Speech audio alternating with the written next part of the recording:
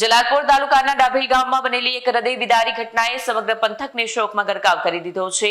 ડાભઈ ગામના યુવાન દીપક રાઠોડ પર થયેલા ગંભીર હુમલા બાદ સારવાર દરમિયાન તેનું દુઃખદ અવસાન થતા પરિવારજનો પર દુઃખનો પહાડ તૂટી પડ્યો છે. મળતી માહિતી મુજબ દીપક રાઠોડ પર થયેલા હુમલામાં તેઓ ગંભીર રીતે ઇજાગ્રસ્ત થયા હતા. ઘટનાના તાત્કાલિક બાદ તેમને સારવાર માટે હોસ્પિટલ ખસેડવામાં આવ્યા, પરંતુ ડોક્ટરોના તમામ પ્રયાસો નિષ્ફળ ગયા અને સારવાર દરમિયાન તેમનું મોત થયું.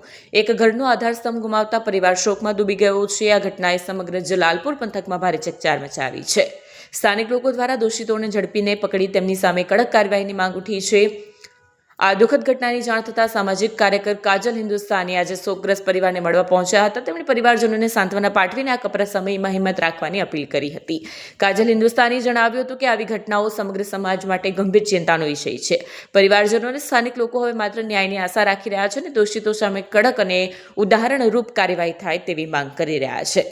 વિડીયો જર્નાલિસ્ટ ઇરફાન સૈયદ સાથે સત્યા ટીવી ન્યૂઝ નવસારી.